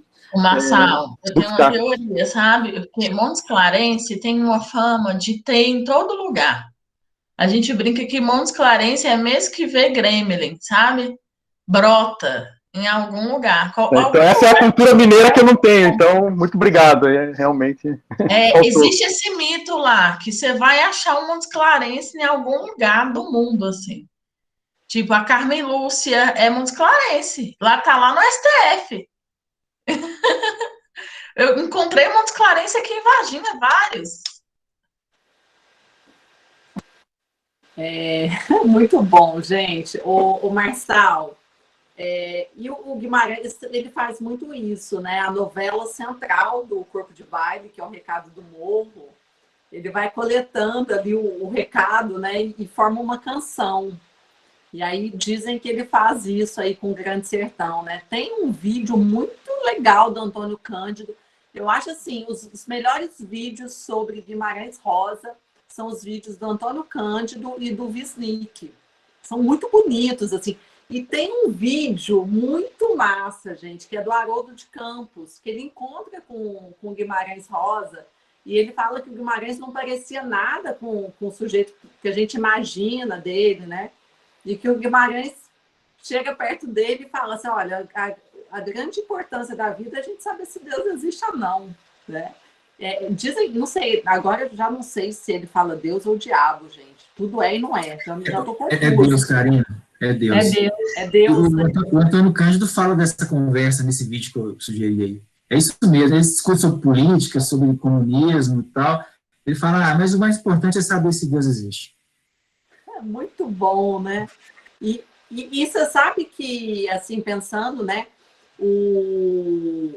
até pela fala do Marçal, tem muita relação que a gente pode fazer, né, gente? Literatura e direito, pegar os julgamentos a Bebelo, dá para ter um encontro só para a gente falar de literatura e direito, literatura e psicanálise, literatura e psicologia. Então, assim, são muitos diálogos que se abrem, né? Até por esse lado metafísico aí. Ô, Marçal, tem pessoal perguntando aqui no chat a Jéssica perguntou se essa leitura acompanhada que você está participando, se ela é aberta ao público. É um curso pago, tá? Da Escrevedeira com a professora Sandra Vasconcelos, acho que é a segunda edição que eles estão fazendo, eu coloquei o link aí. Ele mandou aí o link. E eu fiz ano passado, que eu não comentei também, eu fiz um curso com o Wisnik, que é, assim, sensacional. Ele é um cara genial. Só que aí foi um curso sobre os contos, primeiras histórias, alguns contos de estas histórias também, eu acho que tinha lá. Mas ele falou um pouco de Grande Sertão também, assim, né? E esses vídeos aí também ele recomendou, eu vi esses vídeos. Eu acho que você falou do Haroldo de Campos, a história que eu sei do Haroldo de Campos, que o Haroldo de Campos falou que numa conversa com o Guimarães Rosa disse para ele que escrevia nu, que ele tirava a roupa e entrava em transe e escrevia e tal. Essa história do Haroldo de Campos. A história do Deus, de Deus e Diabo, acho que é do Antônio Cândido mesmo. Antônio Cândido que diz que conversou e que achava que ele era um cara, assim, meio introspectivo, eles estavam discutindo outros assuntos. Ele fala assim, não me interessa por política, não me interessa por comunismo e capitalismo, eu acho que a questão mais relevante é Deus e o Diabo. E eu acho que nessa que vocês mencionaram aí também, que é o vídeo do Antônio Cândido, no final ele fala sobre essa questão da geografia também, porque num artigo ele escreveu dizendo que a geografia dele era metafísica, que era uma parte que não era ligada à realidade e tal. E daí, nesse vídeo, ele fala, olha, um professor, que agora não vou me lembrar o nome, um professor de Minas Gerais, me falou, Cândido, você está errado.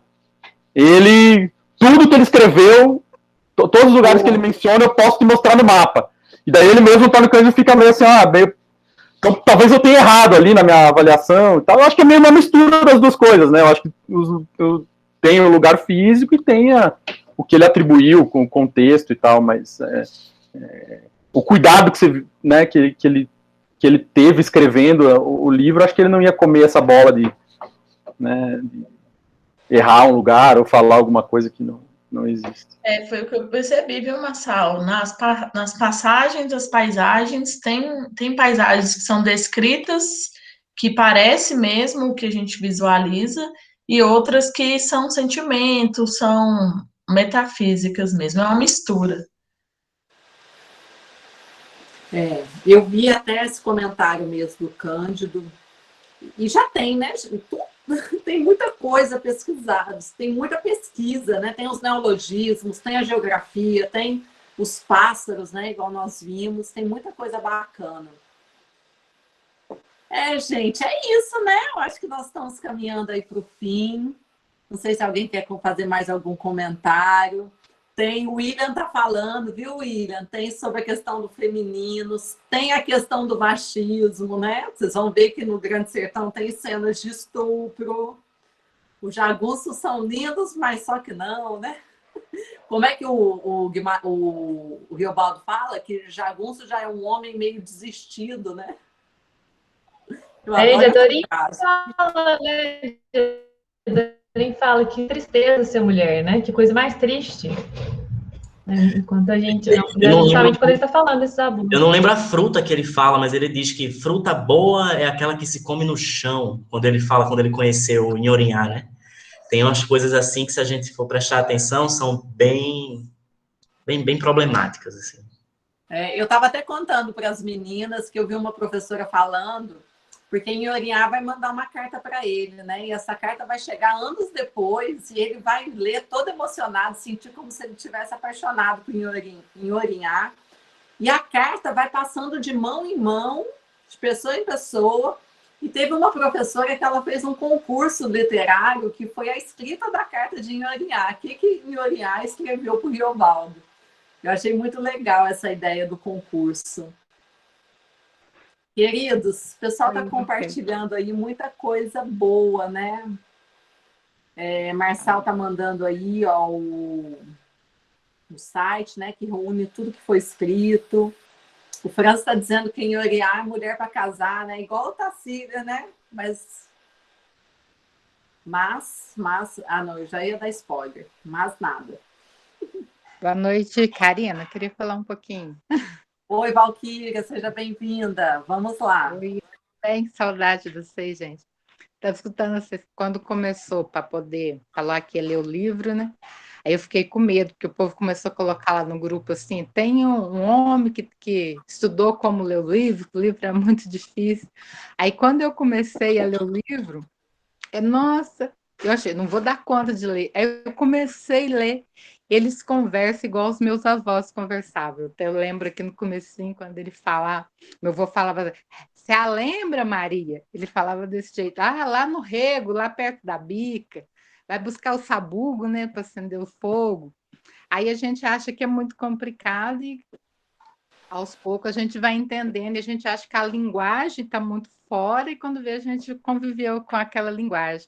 Aí quando vocês falaram aí do feminismo e tal, aí eu lembrei do Gustavo, que no último encontro, que ele falou assim, gente, não dei conta de acompanhar vocês nas leituras do ano passado, né, que a gente foi naquela maratona de um monte de livro. Aí o Gustavo, não dei conta de acompanhar vocês não, meninas, eu não dei conta de acompanhar. A gente tinha lido Malala.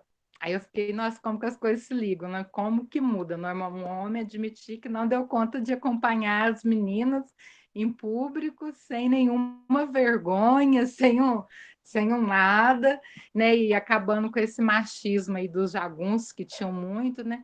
Hoje ainda conversando com uma amiga do trabalho, ela falava assim que eu acho que as nossas avós, elas não eram esposas amadas, ela era estrupada pelos maridos delas, que era um filho atrás do outro, né? E sem direito nenhum. Ela falou, ainda bem que já mudou, né? Que a gente não aceita mais isso. Que a gente vê que os filhos das idades eram bem pouquinho, né? E as mulheres sofriam muito e não tinham um ginecologista, não tinham nada, né? Aí como que mudou a história toda quando ele fala que não gosta, né? Como é ruim ser mulher. Ser mulher é muito bom, muito maravilhoso, né? A gente tem muitas dávidas, né? Coloca os homens no mundo, sem nós os homens não vêm, né?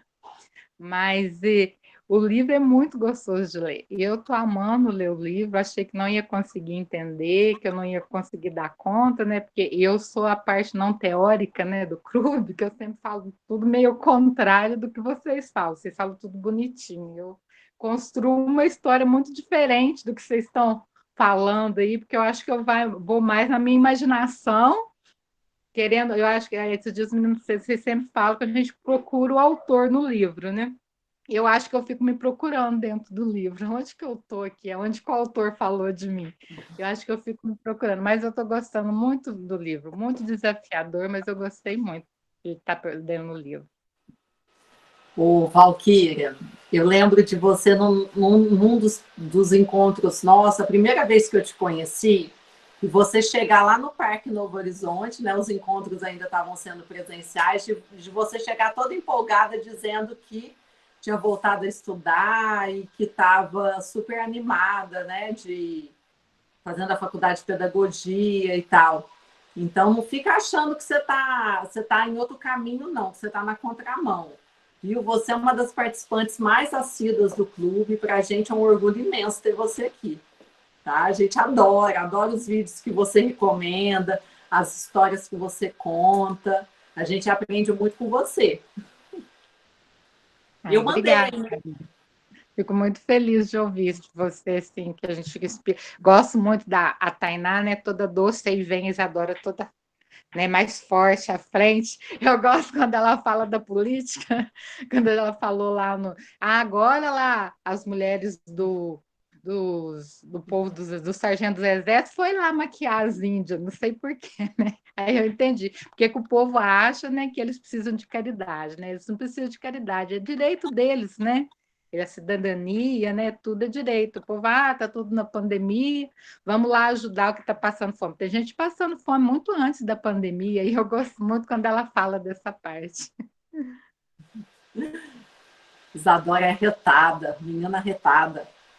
Não é assim que a gente fala, William? Menina retada? Exatamente. Caminhamos aí para o fim, né? Vamos preparar a janta. Tem que fazer. Período de pandemia, gente, home office, a gente termina a aula e vai fazer a janta. Que saudade de almoçar na faculdade. Jantar, almoçar na faculdade. Queridos, mandei aí para vocês um link do YouTube, que é um encontro do menino com menino. né? Quando o Reinaldo conhece Diadorim, que ainda é Reinaldo, né, no Rio, eles vão atravessar de novo a metáfora do rio, né? Desse rio que é vida, dessa travessia, de que para viver carece de ter coragem. E eles fizeram esse curta-metragem aí, achei tão bonitinho, então mandei aí para vocês. Vou pedir mais uma vez, quem não assinou a lista de presença, para nós é super importante, que é a forma que a gente mensura até onde o clube chegou. Então, se você ainda não preencheu, estou postando aqui de novo no chat Espera aí que eu não postei não. Espera. Aqui, ó. De novo, estou postando aqui no chat o link para preencher a nossa lista de presença. Eu quero fazer um agradecimento imenso a cada um de vocês. O nosso clube é isso mesmo, é esse bate-papo, é essa simplicidade. A gente pergunta mesmo, tem coisa que a gente não sabe, é cada um de uma área trazendo uma contribuição. Nós já temos encontro marcado, que é que dia, Tainá? Que vai ser o desfecho. Todo mundo já leu tudo e a gente vai encontrar. Dia 26 de maio. 26 de maio.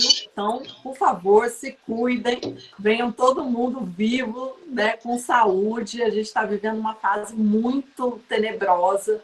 E eu tenho conversado muito com os meus amigos e alunos, que eu falo assim, gente, a arte salva, né? Porque se não fosse arte... Hoje eu ainda estava brincando, falei assim, cara, eu acho que tem 7 dias que eu não vejo um rosto humano trancada dentro de casa. Então, assim, que bom que a gente gosta de leitura, que bom que a gente tem uns aos outros. Esse clube é um projeto nosso do coração, do curso de letras aqui do Grupo Unis. Então, sejam sempre muito bem-vindos. A gente já tem esse encontro em maio. Agradecer a todo mundo que veio pela primeira vez, que ficou sabendo do clube de alguma forma ou outra. E esse projeto é nosso, né? Tanto que lá na listinha de chamada, olha a professora, né? Lista de chamada. Lá na listinha eu peço para que vocês coloquem sugestões. Então, se tiver qualquer sugestão, encarar esse projeto como algo aí muito colaborativo. Então é isso. Não sei se as meninas, o pessoal aí da curadoria quer fazer alguma, né, dizer algo, mas é só agradecer mesmo pelo encontro de hoje. Foi lindo. Podemos encerrar? Então, beijos, se cuidem e até a próxima. Tchau, gente. Foi muito bom. Um abraço. Tchau, tchau. Tchau. Tchau, gente. Abraço. Tchau, gente. Até Tchau, a próxima. gente. Tchauzinho. Tchau, tchau, Isadora.